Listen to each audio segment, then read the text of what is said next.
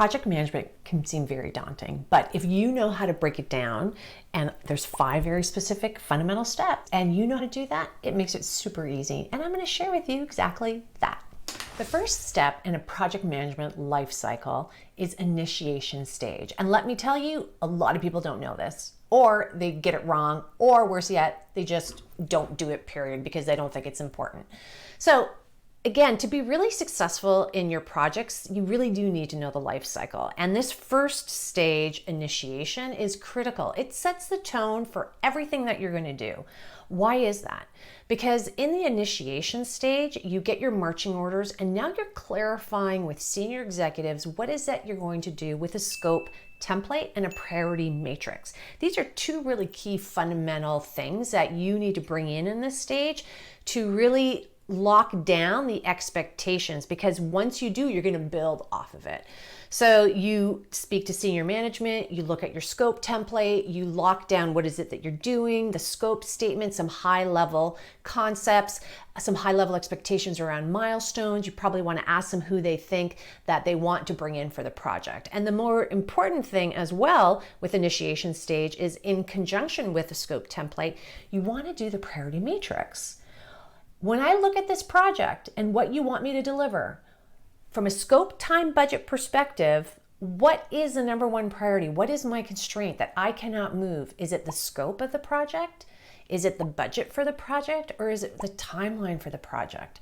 This is really important because it's going to make or break your project down the road. Because if it's scope, for example, and people want you to add more things to it, making simple changes that we're told all the time actually can be really difficult. It may not make sense. So initiation stage is a critical stage because it sets your tone, and you have specific documents that you need to validate with your senior management, because that's just going to help you and ensure that you're setting the right tone for your project.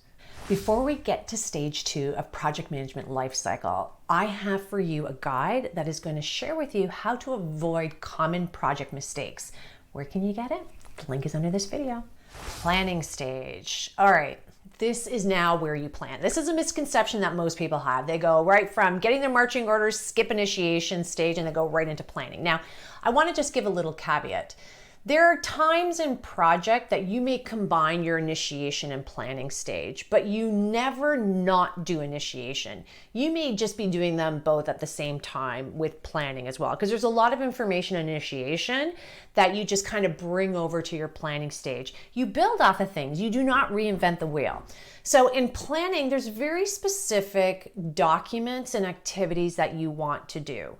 You want to create your project charter. This is the document that's going to guide everybody. It has all the detailed information. And you're taking the scope statement and the priority matrix from initiation stage, and you're carrying that over into your charter, and then you're expanding upon that document even more. So there's even more stuff that you're going to look at in order to pull it out. By the way, I have a video on project charters, so you can always go to the search bar, Adriana Girdler, project charter, and you can see some detailed information on that if you want some more information in regards to project charters. Now, there's also other things that you do within this stage too. So it's not just your charter, which is a big part of it. You want to be communicating with managers of your team members so that they understand what your team members are going to do, and you want to get final approval from them as well. You want to be talking to your steering committee and get them all settled and get them to approve your charter once you finish it. You want to get a baseline work breakdown structure of the work that you think you're going to be doing. And what's really critical, and not the first step, so you'll notice something that I did not say that I'm going to say now, is you're going to have a kickoff meeting. No, you're not going to have a kickoff meeting at initiation stage, nor are you going to have it at the beginning of planning stage. Why? Because you're planning, you're doing preparatory work so that at the end of planning stage, you're going to have your kickoff meeting. That is when you bring everybody in. So there's all this stuff that you have to do, and this is why it's so important to understand how to run a project, and fundamentally the stages are going to help you with that. And in this stage planning, it is really all that preparatory work that I spoke about. the charter, the high-level work breakdown structure, getting approval from managers, letting them know what you need from their employees who report directly into them because they don't report into you, what they're going to be doing, your steering committee, and get them to approve on stuff. And then you bring it to your team and you kick off your project. And literally you give them a package. Like, here's everything about the project. So guess what? Tomorrow, after your kickoff meeting, they can start working on it. That is excellent project management. Because if you don't do that and you don't follow these fundamental stages of project management, that's when time lapses, people get busy with other things, or they're like, I don't know what I'm supposed to do. And now you've just wasted precious time, energy, and effort. Don't do that. That's why these stages are so fundamental to a project life cycle, and they happen all the time no matter what. So this planning stage is really important. So now we just finished stage 1, stage 2. Let's move on to stage 3.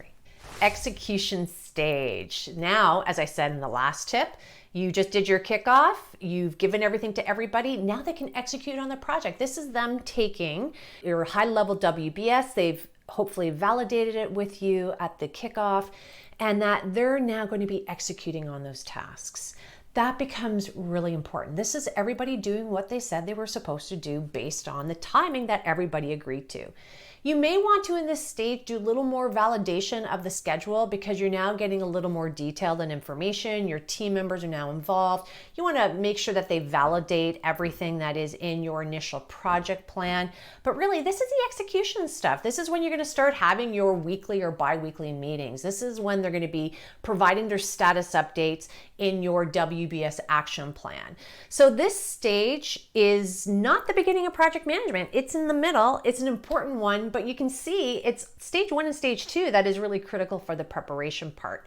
This stage, I like to say, is the easy part, actually, because it's execution. Everybody knows what they're supposed to do. It's kind of like if you're painting a room, the execution of me putting the final color choice and my room is all prepped, the furniture is moved out, the walls have been cleaned, they've been spackled, sanded, they're ready. And that, putting that fresh paint on the wall, that's a fresh color. Oh, that's execution stage. It's easy. It's like, wow, and it's really fast. And that's what execution stage is all about. And it's what makes a really great execution stage is the other stage of stage 1 and stage 2. So if you ever come across where you're finding your execution of a project already from day 1 is stumbling, it's because you did not follow the project management life cycle and you did not do your preparation in stage 1 and stage 2. Stage 3 is really easy. Stage 4, monitor and control. Some people get this wrong, or some people actually don't understand this stage. Because it feels for some people, isn't execution like monitor and control? No, execution is taking the task you all agreed upon and actually starting to execute it. Monitor control, which is stage 4 in your project management life cycle, is monitoring how is that coming along, and is there any course correcting or controls that we have to put in place to make sure that we're not exceeding our scope or we're exceeding our time, budget, etc. So this is like the management of it. And it's not just you as a project manager, it's your team members as well. They need to be monitoring and controlling their tasks too. They just can't willy-nilly let things start to slide. So with monitoring and control, there's a couple of things specifically that we do. We do some really detailed risk analysis here. Why? Because you've started with the project. You've already started executing on your initial baseline plan. Now that people are in it, risks are going to start coming to the surface, and a better idea of what potential risks are is really happening here. People just have more knowledge, and you're going to do a really good risk assessment at this point in time. Something else you also want to really consider at this stage is change management. Why? Because everything we do with a project is about change. You're transforming something, whether that is brand new or whether you're taking something existing and making it better. It's a transformation. And whenever you have transformation, there's going to be people who are going to be impacted by that transformation. And if you spring that transformation on them without proper change management, you're not going to be executing very well and getting their buy-in. That's just as important as the delivery of what you're doing with your project. So change management is a really great time to start looking at it in depth for your end user, even change management within team members and stakeholders. So this becomes a really important part as well. Another thing at this stage is you're going to come into not change management, change control. When requests start to come to you like, hey, can you change this? Can you add this? Can you extend this? You need to have some sort of change control process. Quick, sweet, so that you can analyze things and decide whether or not your project's going to take it on. But you may say, Adriana, didn't we just do a project plan? Why is it that we're looking to change that project plan? Why wouldn't we just say no to everything? Why? Because it's called life and business, and there are things that happen that shift direction of a project. Just because you make a plan doesn't mean that nothing is ever going to change it. That's life. Life doesn't work that way. But you need to make sure if you are going to make changes to your project plan, because you did put a lot of energy and effort to it, you got it solidified with the initiation stage of the priority matrix, you just need to make sure strategically it makes sense. All right, because there are a lot of times when someone asks to add something to a scope or change a timeline that it just doesn't make sense when you do the deeper strategical thought and critical analysis around it. So you just want to take a look at those items. Now, what's really interesting too, and this is where in monitor and control, as well as even if you go back to execution, it's the methodology.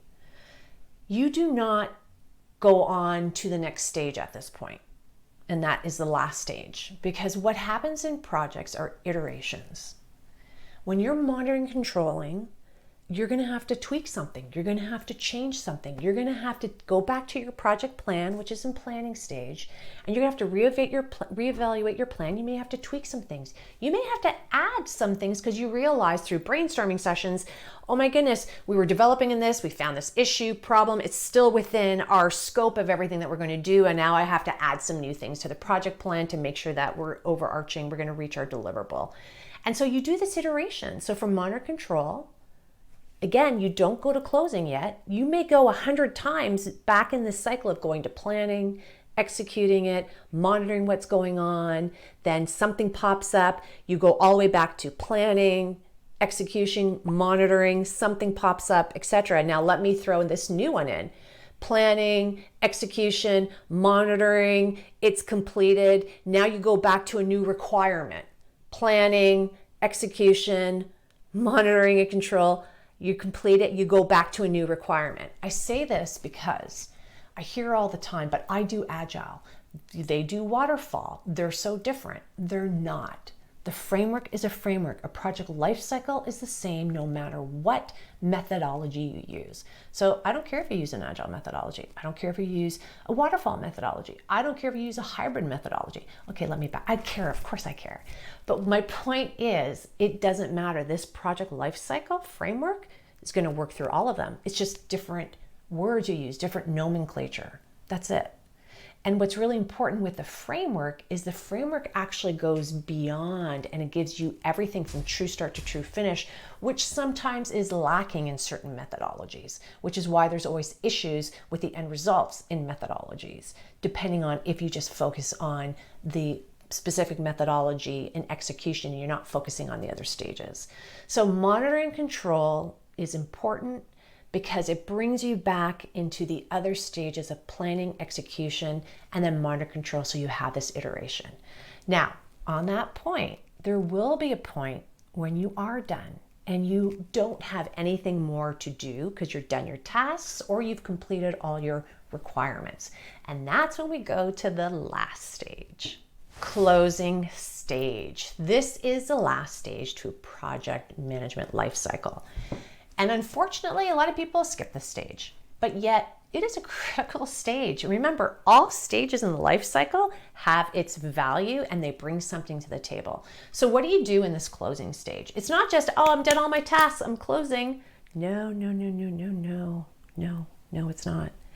You now need to make sure and validate with the sponsor, steering committee, and more importantly, the end user who's receiving your project or the deliverable. Did we deliver everything to your expectation? Now, please don't make this a first conversation. My assumption is, I'm assuming you've had multiple conversations throughout the stages of project management, so this is not their first time that they're seeing it, but you're now closing the loop on it. Not only that, you want to check to all your requirements and make sure you're delivering everything, you're getting those approvals, and you're going to be creating a smaller sub-team that maybe for a couple of months is going to hang out with the end user, the department, whoever is receiving it, to make sure that what was created, whatever pops up, is course corrected. Because again, this gets missed a lot. It's like, look, just because in theory you create something, when you put it in practice and it actually is running in business or in actual life, things start to pop up. And if you don't have a team there to help course correct it and fix those problems, then they'll never get fixed. They become ingrained in the system.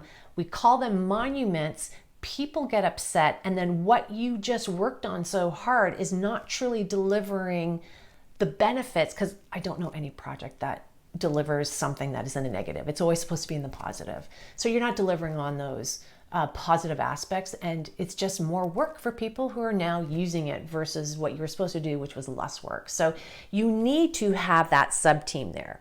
But then you have this bigger team as well. They've just been spending all this time doing stuff, and you should really have a project closeout with them. And there's a couple things you can do. One is an overarching from the project after action review. Some people call them postmortems. And that's to say, how did we do on the project? Because when we have the next project, we want to learn from this. And so you have an after action review.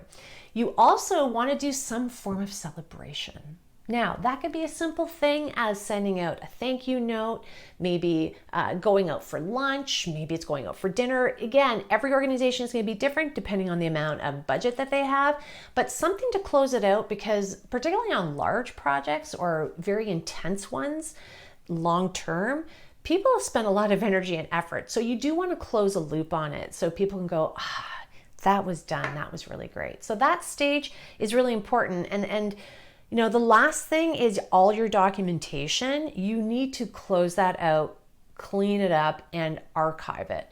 That archiving is going to be really important. Could be depending on the industry you're in. It could be for quality and compliance reasons that you need to have it archived. But even simply as well, if you have a project down the road, you may want to be able to reference what that today's project did down the road for that new project, so you're not reinventing the wheel. So those becomes really important, and those 5 stages are critical in projects. And I promise you, every project goes through those stages, and it's important to be aware of them. And if you are, you'll make sure you have the right documentation and approach in each stage, which will really ensure your success. Don't forget to go under this video, click on the link so that you can get top 10 mistakes projects make and so that you won't make them. Watch this next video on how I break down project management deliverables. On that note, if you found value in this video, please give it a thumbs up. Consider joining this community. And I hope you just find it really refreshing now that you understand the 5 fundamental stages of projects.